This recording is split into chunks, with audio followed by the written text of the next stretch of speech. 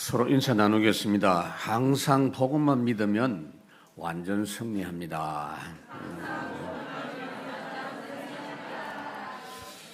지금까지 창조 이래로 세상에 많은 문제들이 있었습니다만은 세상 사람들의 노력이나 방법으로 그 문제가 해결된 적은 한 번도 없었습니다. 문제가 해결된 것처럼 보이지만 그 뒤에 더 큰 후유증이 따라오고 했습니다. 왜 그러냐면은 세상은 어차피 12가지 흐름의 흥망성쇠가 계속 반복되고 있습니다. 그 사이클이 반복되고 그 속에 살다가 보면 그 흐름 속에 오래 살수록 더 큰 실패가 결국 나타나게 되어 있는 것이 세상 흐름입니다. 그런데 하나님께서 이 세상을 불쌍히 여기시고 사랑하셔서 구원을 주시고 복음을 주시고 하나님의 방법을 주셨는데 그게 바로 예수 그리스도입니다. 예수 그리스도께서 십자가를 지시고 죽어주심으로 인생 문제 해결하시고 부활하심으로 이 세상에 없는 구원의 역사 누리도록 해 주신 겁니다. 그래서 예수님이 그 아버지 하나님의 뜻대로 이 땅에 오셔서 십자가에 죽어주시고 부활하셨고 인생 문제를 완전히 해결하신 복음을 완성하신 뒤에 지금 보좌에 계시면서 모든 권세를 가지고 다스리시면서 우리와 함께하고 계시는 줄로 믿습니다. 그래서 오늘 제목이 죽으면 많은 열매를 맺는다라는 말이 무슨 말이냐면 이미 우리가 그리스도 안에 있기 때문에 죽는 게 최고입니다. 내가 없는 게 최고입니다. 나는 없고 주님이 나의 주인이시다. 주님이 나의 모든 것이다. 이렇게 되면 결국은 내가 승리합니다. 여러분들이 나를 위해서 내가 해야 될 것은 없다라고 아셔야 돼요. 잘못하는 분들은 하나님이 하실 일이 있고 사람이 하실 일이 있다라고 말하는데 절대 그렇지 않습니다. 100% 하나님이 하십니다. 그리고 100% 그 하나님과 함께 내가 하는 거예요. 나는 나를 망하게 하는 사람이다 라는 사실을 여러분 잊지 마시기 바랍니다. 그래서 내가 나를 살아서는 안 되고 구원받아 하나님의 자녀된 신분으로 살아야 됩니다. 그리고는 뭐냐? 하나님의 자녀는요, 구원받자마자 바로 하나님이 하나님의 나라 역사로 함께 하십니다. 지금 여기 미국 사람들이 한국 와 있다 그러면 신분이 미국 사람이기 때문에 미국이 한국에 와 있어도 미국이 신경을 씁니다. 누가 미국 사람에게 건드리면 미국 나라 정부가 이렇게 간섭을 합니다. 대사관도 있고 막 그렇죠. 근데 구원받은 사람은 그 순간부터 세상 소속이 아닙니다. 여러분들이 주민등록은 있고 호적은 있을지 모르지만은 바로 천국에 여러분들이 등재가 되어 있기 때문에 하나님께서 하늘나라 경찰, 군대를 동원하십니다. 그게 하나님 나라가 임한다 이 말이에요. 우리 한국은 지금 외국에 나가면은 사우스 코리아라고 이야기하는 한국 제품이 좋아 이렇게 이제 인정하는 그런 시간이 됐습니다. 메이드 인 코리아 이러면 알아줍니다. 우리나라 사람들도 한국 제품을 이제 인정하지요. 옛날에는 뭐 국산품을 애용하자 그랬는데 너무 안 좋더라고. 억지로 이제 쓰고 그랬는데 지금은 최고입니다. 구원받은 게 뭐냐? Made in Heaven. 천국 제품으로 살아가는 거예요. 그래서 그게 하나님의 나라예요. 그 언약대로 하나님이 응답하시는데 그 내용이 뭐냐? 25예요.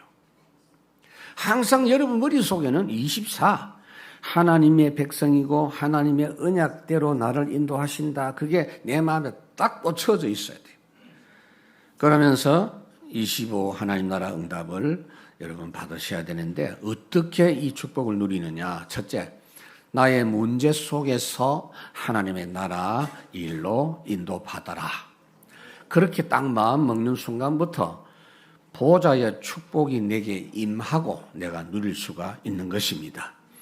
그래서 그렇게 하나님 나라 일을, 내 문제 속에서 하나님 나라 일을 딱 찾겠다고 마음 먹으면 눈이 달라지죠. 현장의 일이 당연한 것으로 보입니다.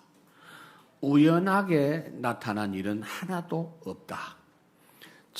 오늘이 재수가 좋구나. 그거 다 불신자가 하는 말이에요. 참새 한 마리 왔다 갔다 하는 것도 하나님 허락 없이는 안 된다 그랬죠.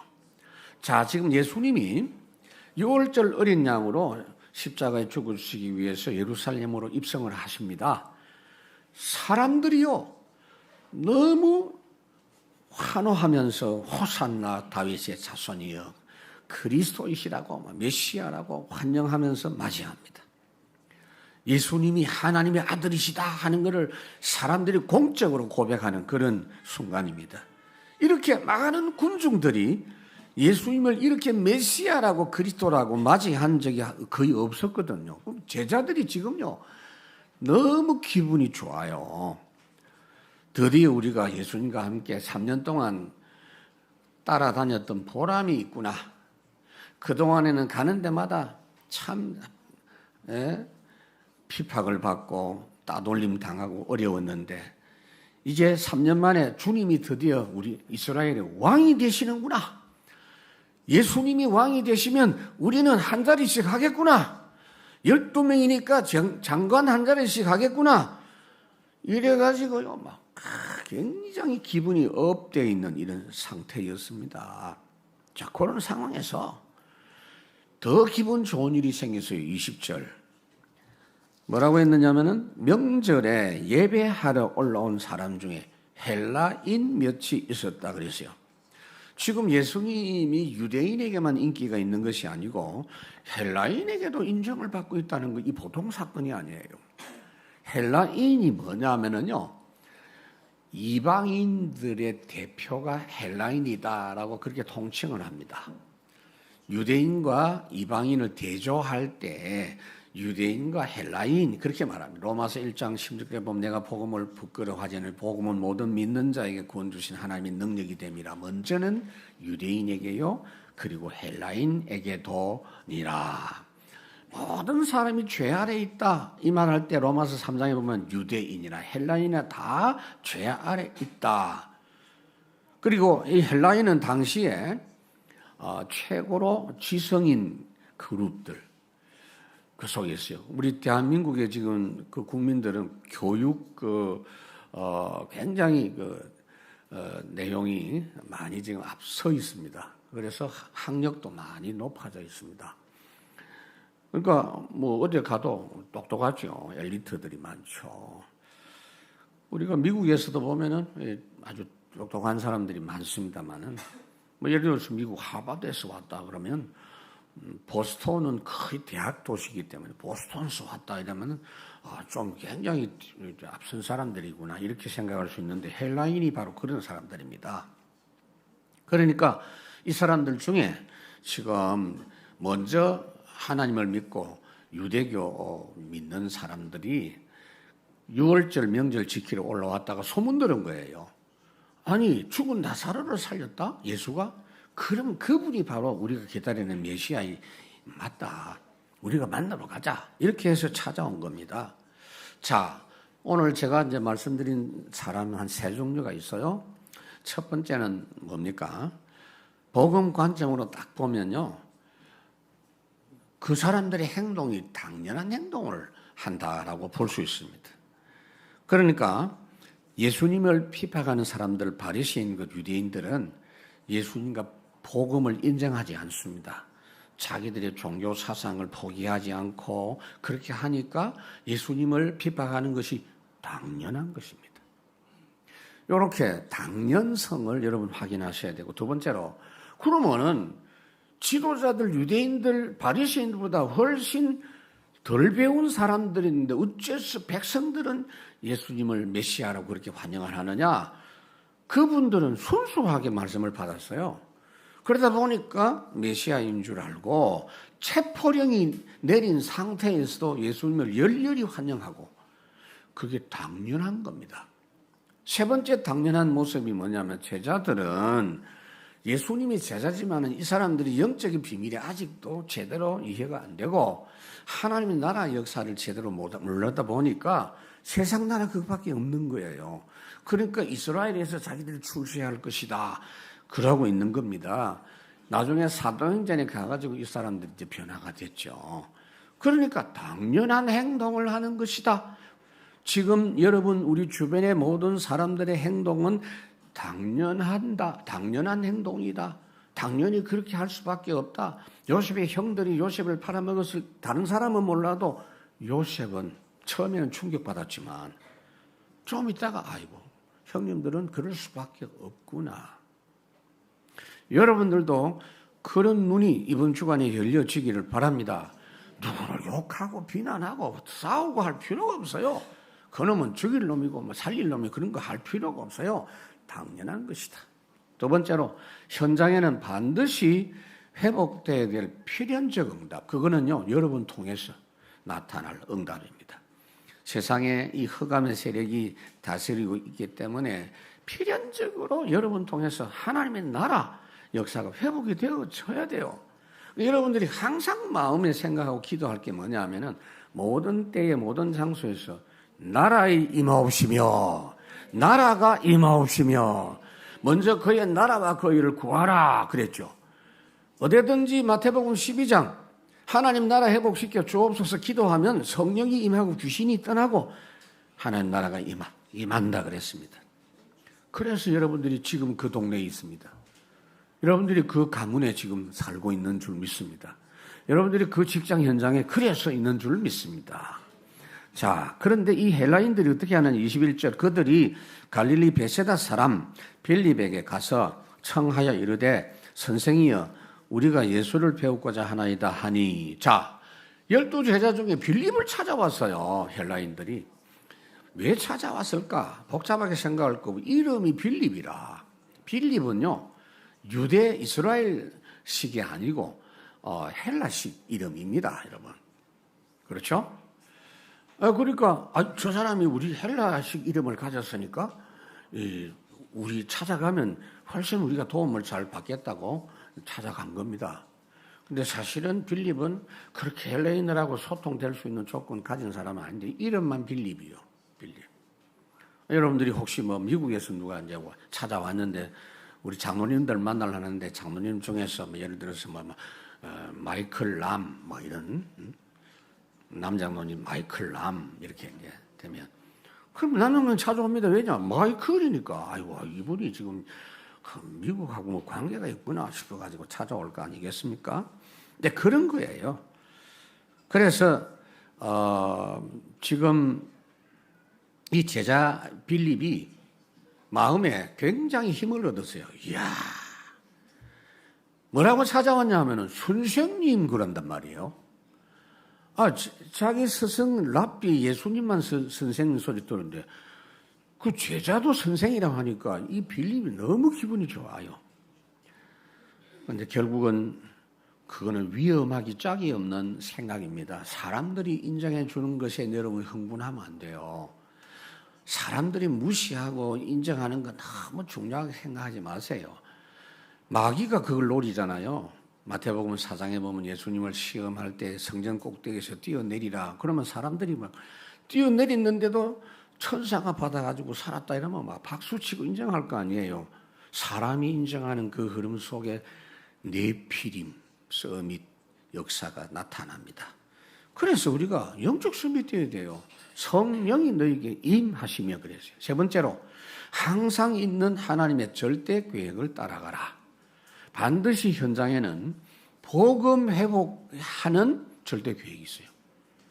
창세기 12장에 하나님이 아브라함에게 내가 너에게 복을 주고 너 때문에 열방이 복받도록 하겠다. 처음부터 이야기한 겁니다.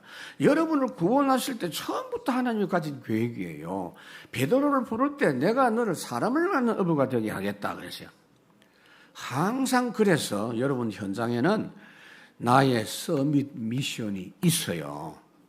찾아내면 돼요. 그런데 거의 대부분이 그 미션이 문제와 함께 있습니다. 문제를 피하지 마시고 그 문제가 내가 현장 서밋되는 기회인 줄 믿으시기 바랍니다. 22절에 보면 빌립이 안드레에게 가서 말하고 안드레와 빌립이 예수께 가서 여쭈니 그랬어요. 빌립이 이 사람이 말주변이 별로 없어요. 그래서 예수님에게 가서 헬라인을 소개하려고 하니까 아무래도 나보다 더 소개 잘할 수 있는 안드레가 있다. 안드레는 이 사람이 원래요. 다른 사람에게 소개를 잘하고 말을 잘하는 사람이에요. 요한복음 1장에 보면은 이 안드레가 먼저 예수님을 만났어요. 예수님 만나고 예수님 믿고 나서 너무 좋아가지고 자기 형 베드로에게 소개한 겁니다. 베드로가 안드레 소개를 통해서 예수님을 만났던 적이 있습니다. 그래서 보통 이제 전도할 때 전도 방법 중에 맨투맨으로 만나서 전도하는 전도를 일명 안드레식 전도 이렇게 말합니다. 이 사람이 사람 만나서 전도 잘 하니까. 그런데 지금 안드레가 흥분되어 있어요. 와, 안드레 출신이 뭡니까? 갈릴리 어부 출신이요. 지성인이 아니야.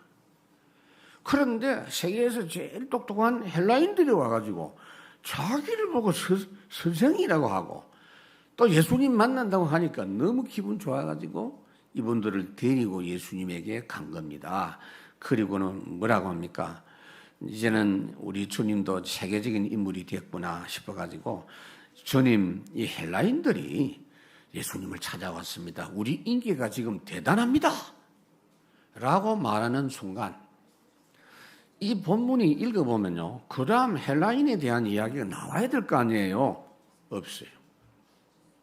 주님은 그게 급한 게 아니요. 헬라인 만나서 뭘 말씀을 전했단 말도 없고 헬라인에게 교훈했단 말도 없어요, 여러분. 그리고는 오히려 제자들을 탁 쳐다보고 집중 교육하시는 장면이 나옵니다.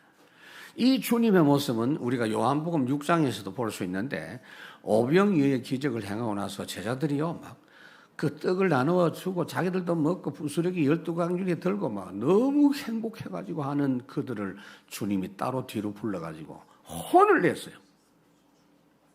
육은 무익하다. 너희들이 지금 이 눈에 보이는 씹는 떡 먹고 그렇게 좋아하냐? 내가 떡이다. 정신 차리라. 그렇게 말씀하신 것처럼 오늘 본문에서도 걱정이 됐어. 헬라인들이 나를 알기 위해서 찾아왔지만은 너희들이 더 급하다.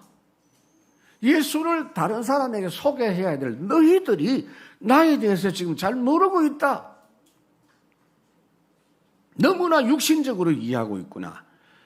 그래서 제자들에게 말씀을 하고 계시는 걸 볼 수가 있어요. 예수님이 이걸요 계속해서 끊임없이 이런 내용을 이야기를 하셨는데 언제 이걸 비로소 깨달았느냐 하면 주님 성천하신 이후에 오순절 성령 강림 역사와 함께 이 사람 생각이 확 뒤집어졌어요.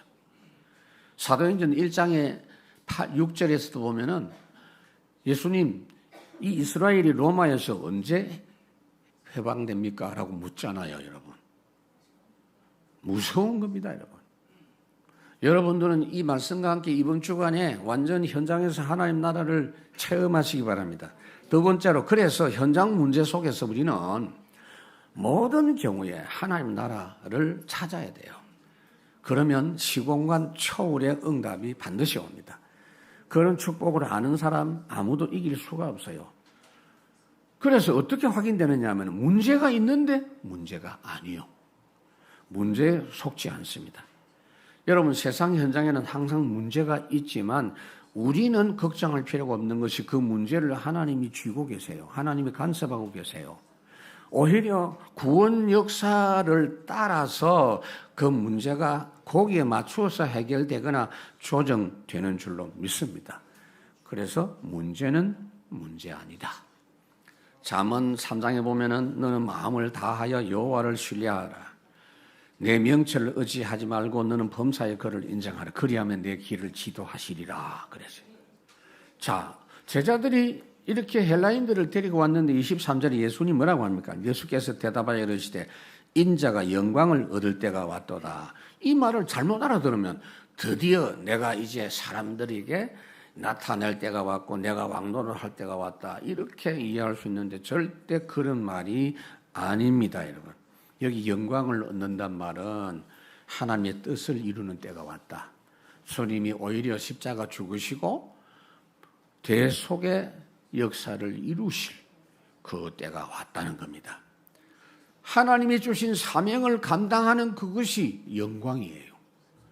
여러분들도 하나님께서 우리를 통해서 그리스도가 증거되게 하시겠다 하는 그 일이 이루어질 때 하나님께 영광이요. 여러분도 영광이 되는 줄로 믿습니다, 여러분. 그래서 이 부분을 아는 사람에게는 어떤 문제든지 이 하나님의 역사를 막을 수가 없어요. 방해할 수가 없어요. 하나님을 사랑하는 자, 곧 그 뜻대로 부르심을 입은 자들에게는 모든 것이 합력하여 선을 이루느니라. 어떤 문제도 문제가 아니고, 두 번째로 현장에는요 문제와 함께 갈등이 항상 있죠. 갈등이 있는데 갈등이 아니에요. 우리는 그 갈등에 시험 들 필요가 없어요. 현장의 상황은 여러분 그 어떤 것도 제대로 해결된다 하는 이런 보장이 없어요. 그러니 사람들이 노력할 뿐입니다. 몸부림치고 결심하고 도전하다 보면요 힘들어요. 갈등 생겨요. 잘 안 되면 어떻게 됩니까? 네 탓이다, 내 탓이다, 뭐 때문이다. 이제 분쟁합니다. 이게 갈수록 심해져요. 그러나 진짜 예수 믿는 사람, 언약의 흐름을 따라가는 사람은 갈등할 필요가 없습니다. 왜요? 그 상황 속에 하나님의 나라, 역사가 반드시 있습니다, 여러분. 그거 있다는 걸 인정하고 그걸 찾기 시작할 때부터 하나님의 역사가 보입니다, 여러분. 태산 같은 문제가 있고 이런저런 일이 있어도 하나님의 역사는 반드시 진행이 돼요. 사도행전 1장 8절, 사도행전 6장, 사도행전 12장, 13장, 19장 제가 수시로 이야기하잖아요. 하나님의 말씀은 힘이 있어서 모든 것 상관없이 진행이 된다고. 24절 내가 진실로 너희에게 이르노니 한 알에 밀이 땅에 떨어져 죽지 아니하면 한 알 그대로 있고 죽으면 많은 열매를 맺느니라. 이 부분은 요한복음 말씀 중에서 아주 중요한 요절입니다. 예수님이 요한복음에서 중요한 말씀하실 때 보면은 진실로라는 말을 2번씩 말씀하신 걸 볼 수가 있습니다. 이 말씀 여러분 잘 알지요? 이 무슨 말? 하늘의 밀이 땅에 떨어져서 썩어져야 싹이 난다. 열매 맺는다. 그 밀이 많아도요. 장독 안에 있거나 창고 안에 있으면 알갱이 그대로 있다 이 말이에요. 피라미드 같은 데 이 유적을 보면요. 3,000년 전에 옥수수 씨를 거기다 넣어놨는데 지금도 그대로 있다잖아요. 거기에 물을 주고 땅에 심으니까 싹이 났다 그러잖아요. 3,000년 지나도 밀알이 그냥 그릇에 담겨 있으면 소용없다는 이야기죠. 반드시 땅에 뿌려져서 썩어야 죽어야 거기서 싹이 나고 열매가 맺는다. 이 말은 예수님 자신을 가리켜 하는 말이에요. 땅에 떨어진다는 말은 주님이 모든 걸 포기하고 죽음을 맞이할 때를 가리켜서 하는 말이에요. 주님이 그렇게 죽으셔서 지금까지 우리가 예수 한 분 때문에 어마어마한 많은 사람들이 구원받고 있고 대한민국 이 땅까지 여러분들도 예수 믿는 사람 드디어 우리는 237 이 생각을 갖고 있지 않습니까? 그래서 여러분 복음 때문에 손해보는 거 걱정하지 마세요. 복음 때문에 핍박받는 거 갈등하는 거 하지 마세요. 그 모든 것이 주님과 함께 당하면 결국 승리하고 영광입니다. 디모데후서 2장에 보니까 너는 그리스도 예수의 좋은 병사로 나와 함께 고난을 받을지어다. 예수 믿는 사람은요. 피해의식이 있거나 한 맺힌 거 있으면 안 돼요. 그건 복음이 아니에요. 그 상처 가지고 있으면 안 됩니다. 세 번째로 위기가 있는데 위기가 아니에요. 하나님은 우리의 대단한 노력을 원치 않습니다. 업적을 통해서 아버지의 뜻을 이루기를 원치 않습니다. 오히려 고난을 통해서 내가 사실 필요가 없어요. 골로새 1장에 보니까 나는 이제 너희를 위하여 받는 괴로움을 기뻐하고 그리스도의 남은 고난을 그의 몸된 교회를 위하여 내 육체에 채우노라. 아이고, 예수님의 고난이 모자랐나? 절대 그런 뜻이 아니에요. 주님은 다 이루셨습니다. 그런데 이 말은 무슨 말이냐면은 이 복음으로 복음 전파하는 사명을 감당하는 데 있어서 하나님은 고난을 통해서 전도운동을 하게 하신다, 그 말입니다. 고난을 그대로 당해서 십자가 지는 하나의 미랄이 될 때 역사가 일어난다, 그 말이에요. 누가복음 9장에 예수님 말씀했죠. 누구든지 나를 따라오려거든 자기 십자가를 지고 나를 쫓을 것이니라. 여러분, 고난 위기가요, 불신자하고 예수 믿는 사람하고는 달라요. 문제가 똑같은 고난인데도 불신자는 그것 때문에 망해요. 그것 때문에 엄청 손해봐요. 그러나 전도자는 고난과 위기가 기회가 된다. 그렇게 믿고 경험하시기 바랍니다. 이번 주간에 경험하세요. 세 번째로, 선택을 해야 되고 결정해야 될 때 하나님의 나라 일로 결정해라. 여러분들이 이 결정을 하겠다고 마음 딱 먹으면 237 비추는 빛의 역사가 비로소 시작이 돼요. 너희는 왕 같은 제사장이다 그랬죠. 빛을 비추는 왕 같은 제사장. 일어나 빛을 발하라. 이미 내 위에 빛이 임하였다. 창조의 빛. 지금까지 전혀 없었던 내용이 나타난다. 그래서 이 선택이 제대로 되면 우리의 모든 과거는 우리의 발판이 돼요. 과거의 상처를 여러분 갖고 있으면요, 영적 암이 돼요. 그러면 누가 어떤 이렇게 어려움을 당한다 그러면 나도 모르게 눈물이 뚝 떨어지는 게 있죠. 조금 의심돼요. 나도 옛날에 처해가지고 지금도 그 상처가 있어 이러면서 눈물이 흘러. 예수 믿는 사람은 그러면 안 됩니다, 여러분. 그럴 필요가 없어요. 자, 25절에 보니까 자기 생명을 사랑하는 자는 잃어버릴 것이요 이 세상에서 자기 생명을 미워하는 자는 영생하도록 보존하리라 그랬습니다. 그러니까 24절에는 예수님께서 어떻게 앞으로 걸어갈 것인가를 말씀했고 하늘의 미래가 되겠다는 거고, 25절은 제자들이 어떻게 해야 될 것인지를 말씀하고 있어요. 같은 중심이에요. 자기 생명을 사랑하는 것이 뭐냐? 자기 중심, 창세기 3장 중심. 내가 나를 잘되게 하려고 하는 거, 그거 실패한다 그 말이에요. 탐심은 우상숭배란 말이 있죠. 내 생각, 내 욕심은 결국 막이 생기는 것으로 끝난다 그 말이에요. 반대로 자기 생명을 미워하는 사람은 하나님의 뜻을 이루기 위해서 자기 생명을 희생하는 사람, 자기 물질, 시간, 몸을 복음 때문에 하나님 영광 위해서 올인하면 영생하는 역사와 많은 사람을 살리는 열매가 나타난다 그 말입니다. 여러분들이 복음 위해서 손해보는 거 기꺼이 감당하시기 바랍니다. 열매가 반드시 나타나요.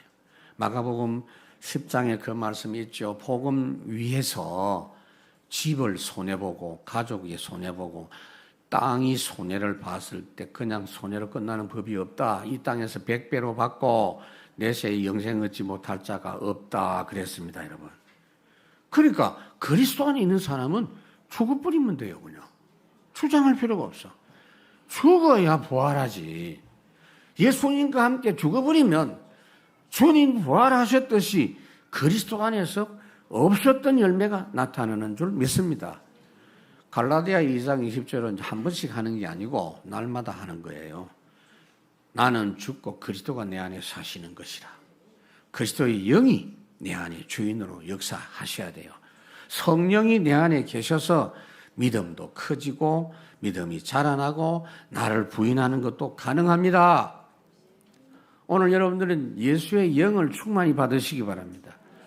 요한 1서 2장에 보니까 너희는 주께 받은 바 기름 부음이 너희 안에 거하나니 아무도 너희를 가르칠 필요가 없고 오직 이 기름 부음이 모든 것을 너희에게 가르치며 또 참되고 거짓이 없나니 너희는 가르친 그대로 주 안에서 거하라 그랬어요. 내가 그리스도 안에 죽고 주님이 나의 주인이 되면 나의 모든 과거가 중요한 발판이 됩니다. 과거의 상처를 그대로 두면 영적 암이 돼요. 몸에 큰 불치병도 생기고요. 그것 때문에 정신에도 문제가 와요. 내가 나를 위해서 살려고 챙기지 마십시오. 할렐루야. 이거 이해가 안 되는 분들은요, 진짜 기도하면서 이번 주간에 답을 얻으십시오. 두 번째로, 주님과 함께하면 오늘이 주의 도구가 된다. 26절, 사람이 나를 섬기려면 나를 따르라. 내가 하는 것처럼 하라 그 말이에요. 나 있는 곳에 나를 섬기는 자도 거기 있으리니 사람이 나를 섬기면 내 아버지께서 그를 귀히 여기시리라. 그러니까 주님 살아가신 방법대로 너희들도 해라 그 말입니다. 여러분, 주님은 이 땅에 오실 때 자신을 위해서 오신 분이 아닙니다. 하나님께서 인간을 구원하시기 위해서 예수님을 보내시기로 영세 전부터 계획하시고 작정하신 대로 우리에게 오신 겁니다. 그것처럼 우리가 예수 믿고 구원받는 순간에 하나님의 자녀가 되고 하나님의 소유가 되는데 우리의 삶의 목표도 달라져야 돼요. 우선 여러분, 그럼 나는 어떻게 살아? 그러지 마세요. 예수 믿는 사람은요, 내 문제, 내가 살아야 될 모든 것이 예수 믿는 순간 완전히 보장돼요. 신앙생활 하는 거 보고 복을 받고 안 받고가 아니요. 완전 보장돼요. 내 문제는 끝났다니까요. 예수 믿는 순간부터 하나님을 위해서 살고 다른 사람을 위해서 사는 인생이 되는 것입니다, 여러분. 진짜입니다. 그래서 다른 사람을 위해서, 다른 사람을 살리기 위해서, 섬기기 위해서 해라. 이 본문 뒤에 요한복음 13장에 보면 예수님이 최후의 만찬 하시는 장면이 있죠. 이 땅에서. 그 최후의 만찬 그림도 있죠. 그거 이제 식사 마치시고 그 다음에 하신 게 요한복음 13장에 나와요. 발 씻어주는 거. 예수님이 겉옷을 벗고 타올을 허리에 두르시고 제자들의 발을 씻겨 주셨다. 그리고 타올로 닦아 주셨다. 그러면서 하신 말씀이 뭐냐? 너희들이 선생이 되고 가르치는 자가 돼서 사람들을 살리려고 한다면 나처럼 이렇게 발 씻어주는 종이 되거라. 이런 자세로 하거라. 라고 주님이 가르쳐 주셨습니다. 발 씻어주는 노예를 세종노라고 합니다. 말단 직원이 아니요. 거의 노예들이 발을 씻어줬어요. 여러분들이 복음 가지고 있으면요, 당하고 나는 죽고 피해보고 다른 사람을 위하고 내 인격으로는 안 돼요. 복음 안에서 하면 돼요. 누가 싸움 걸어오면은 같이 싸우는 게 아니고 당하면 돼. 그러니까 너무 아프면 도망가면 돼. 할렐루야. 제가 증거할 겁니다. 전도서 11장에 제가 전도서 설교했죠. 뭐라고 했습니까? 너는 떡을 물 위에 던져라. 다른 사람에게 도와주는 걸 비유하는 거예요. 떡을 물 위에 던지면 어떻게 돼요? 물이 또 들어가지요. 그런데 뭐라고 했냐? 여러 날 후에 도로 찾으리라 그랬어요. 물에 떠내려가는 게 어떻게 찾는다고 합니다. 7사람이나 8명에게 나누어 줄지어다. 무슨 재앙이 땅에 임할는지 내가 알지 못함이니라. 계산하지 말고 해라. 계산은 하나님이 하세요. 우리 하나님은요, 절대 잊어먹지 않습니다. 정말입니다. 여러분. 세 번째로, 전도와 선교를 위한 선택이 미래를 빛나게 한다. 하나님께서 결국 하늘의 미리 되신 예수님을 부활 성천하게 하셨어요. 결국은 빛나게 하셨어요. 하나님의 놀라운 영광을 주님께 다 주셨어요. 마태복음 28장 여러분 수시로 읽지요. 그러므로 하늘과 땅의 모든 권세를 내게 주셨다 그랬죠. 하늘의 미리 돼서 죽어주셨기 때문에 하나님이 모든 영광과 권세를 주님에게 다 주었어요. 빌립보 2장에 보니까 하늘에 있는 자, 땅에 있는 자, 땅 아래 있는 자가 지금 예수 이름 앞에 무릎을 꿇게 돼 있다 이 말이에요. 지금 여러분들도 복음 때문에 손해를 보고 내가 죽으면 어떻게 되느냐? 하나님이 예수 이름으로 여러분들이 모든 걸 다스리게 해 주신다 그 말이에요. 주님이 우리를 사용하시는 도구가 된다 그 말이에요. 요셉이 그랬고 다니엘이 그랬고 바울이 그랬고 하나님이 써주신 사람이 된 겁니다. 잘 보세요 여러분. 나를 죽이라고 합니다. 차라리 내가 죽는 게 낫지 아들 죽이라고 합니다. 창세기 22장. 아브라함이 이삭을 번제로 죽여서 바치라고 합니다. 하나님이. 근데 하나님은 왜 그렇게 하느냐? 아브라함을 불행하게 하려고 하는 게 아니고 아브라함에게 복을 주어서 온 세상이 아브라함 통해서 복받게 하려고. 오히려 내가 이삭을 붙잡고 있으면 손해요. 그래서 내일과 미래에 대한 하나님의 계획에 나를 완전히 드리면 돼요. 하나님이 미래를 위해서 나를 바치라고 합니다. 믿으라고 합니다. 올인하라고 합니다. 자, 히브리서 11장에 보면은 모든 구약시대의 믿음으로 승리한 대표자들 이름이 쫙 리스트가 나옵니다. 1절에 뭐라고 했냐? 믿음으로. 믿음은 바라는 것들의 실상이요 보지 못하는 것들의 증거니 우리의 믿음의 선진들이 앞으로 되어질 일을 말씀만 딱 믿고 그대로 기다리면서 그 응답받은 증거가 있다라고 했어요. 그 중에 두 사람만 예를 들어 보겠습니다. 노아에게 하나님이 방주를 만들라고 그랬죠. 한 번도 비를 경험하지 못한 시대예요. 그 시대는 이슬만 내렸다고요. 그런데 비가 와서 온 세상이 지금 다 물에 잠겨서 죽는다고 하니 이게 믿어집니까?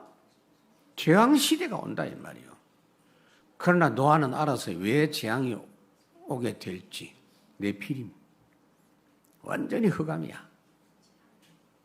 그래서 아직 보이지 않는 일의 경고를 받아 방주를 만들었다 이렇게 되죠. 8절에는 보면 아브라함에게 하나님이 부르셨어요. 유업으로 받을 그 땅을 주겠다고 했는데 갈 바를 알지 못하고 갔다 그랬어요. 무슨 문서를 주든지 땅 문서를 주든지 무슨 도정서를 준 것도 아니고 알지 못하는 상태에서 주님 말씀만 붙잡고 간 것입니다. 참된 영광은요, 제자들이 생각하는 그런 세상 성공이 아닙니다. 세상 성공은 필요할 때 따라오는 거예요. 오히려 복음 위해서 나를 사용하시도록 올인하고 헌신함으로 나를 인해서 세상 살리는 이것이 우리의 미래를 빛나게 하는 겁니다. 제가 금요일 날 금요 기도회 때 메시지 했죠, 여러분. 미래를 보고 이 땅에 와서 복음 전하고 순교하신 순교자들이 이 땅에 많아요. 그래서 우리가 지금 그분들이 그렇게 죽고 떠난 그 뒤에 때 미래에 우리가 지금 살고 있는 거예요. 지금 우리가 복음 위해서 여러분들이 헌신하면 우리 다음 미래에 우리 후대들에게 축복이 임할 줄로 믿습니다. 다니엘 12장에 보니까 많은 사람을 옳은 대로 인도하는 사람은 별과 같이 빛난다 그랬습니다. 그래서 우리는 오늘 여러분 잘 보십시오. 138입니다. 1은 내가 완전히 답을 얻어야 돼요. 끝났어요. 정말입니다. 내 문제는 여러분 뭐 어떻게 해달라고 안 해도 하나님이 다 아셔요. 중요한 건요. 3. 하나님의 나라 일에 대한 생각을 할 때부터 여러분에게 역사가 일어나요. 나한테 없는 능력, 성령의 권능으로 역사하십니다. 항상 하나님은 반드시 하나님의 완전한 계획과 인도하심과 응답으로 우리를 인도하고 계십니다. 이번 주간 여러분 이걸 확인하십시다. 내 문제 속에서 나는 죽고 하나님의 일을 찾고 현장 문제 속에서 나는 죽고 하나님 일을 찾고 모든 선택 결정해야 될 순간에 나는 죽고 하나님 일을 찾고 마지막으로 정말 한마디 말씀드릴게요. 여러분 고민하면서 신앙생활 하지 마세요. 일단은 제 말이 아니고 하나님 말씀이거든요. 아무것도 염려하지 말라 그랬잖아요. 그걸 하나님 말씀 믿고 일단 염려하지 마요. 염려부터 그냥 하지 마요. 내 몰라라 이랬어요. 내 문제인데 나 모르겠다 이랬어요. 그게 1차예요. 그러면서 뭐냐? 하나님이 나라 일로 내 손에 없어 지금. 우리 눈에 안 보여. 근데 하나님이 준비해 놓은 것이 나타납니다. 이 축복을 그 어떤 다른 때보다 이번 주간에 여러분들 세밀하게 체험해서 다음 주 올 때는 전부 하나님 나라 증인으로 할 말이 너무 많아가지고 나라 막 이야기하도록 그런 축복된 증거 가지고 다음 주 만나시길 바랍니다. 나 무엇과도 주님 바꾸지 않으리 찬양하겠습니다.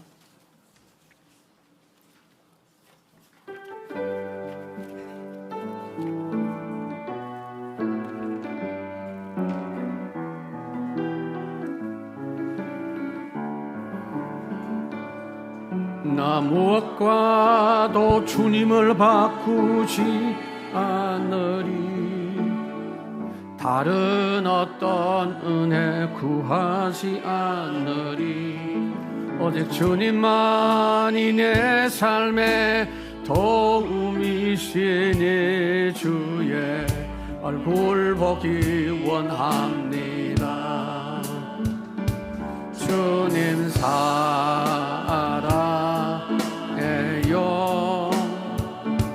온 마음과 정성 다해 하나님의 신실한 친구 되기. 주님 사랑해요. 주님 사랑해요.